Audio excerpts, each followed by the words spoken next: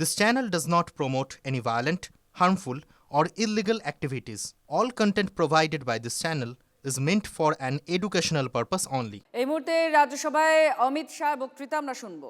समझ पर ही सोचने की जरूरत है।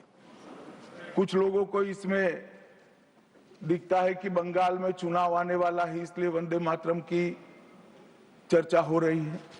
वो वंदे मातरम के महिमा मंडन को बंगाल के चुनाव के साथ जोड़कर कम करना चाहते हैं।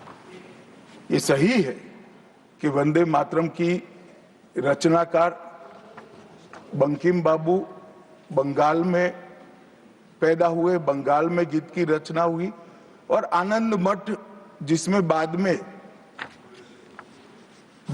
वंदे मातरम समाहित हुआ, उसकी पृष्ठभूमि भी की बंगाल थी।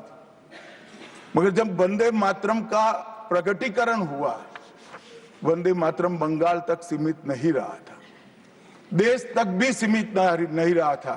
दुनिया भर में जहां पर आजादी के दीवाने थे वो गुप्त बैठक भी करते थे तो पहले वंदे मातरम का गान कर बैठक की शुरुआत। और आज भी सरहद पर हमारा जवान जब अपना सर्वोच्च बलिदान देता है, ये आंतरिक सुरक्षा के लिए देश के पुलिस का जवान सर्वोच्च बलिदान देता है, तो जब वो अपने प्राण त्यागता है, इसके मुंह पर एक ही मंत्र होता है, वो वंदे मातरम।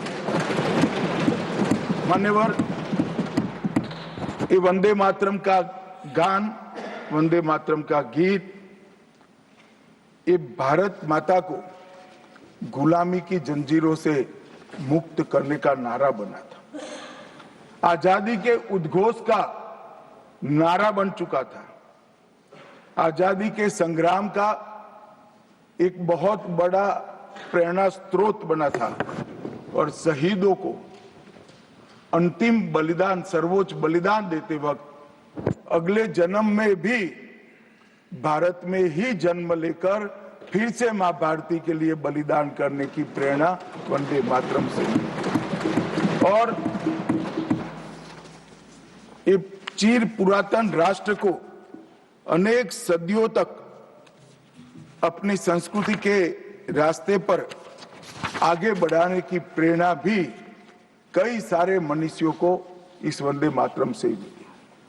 वंदे मातरम की दोनों सदनों में इस चर्चा से, वंदे मातरम के महिमा मंडन से, वंदे मातरम के गौरव गान से हमारे बच्चे, किशोर, युवा और आने वाली कई पीढ़ियां वंदे मातरम के महत्व को भी समझेगी और उसको राष्ट्र के पुनर्निर्माण का एक प्रकार से आधार भी बनाएगी।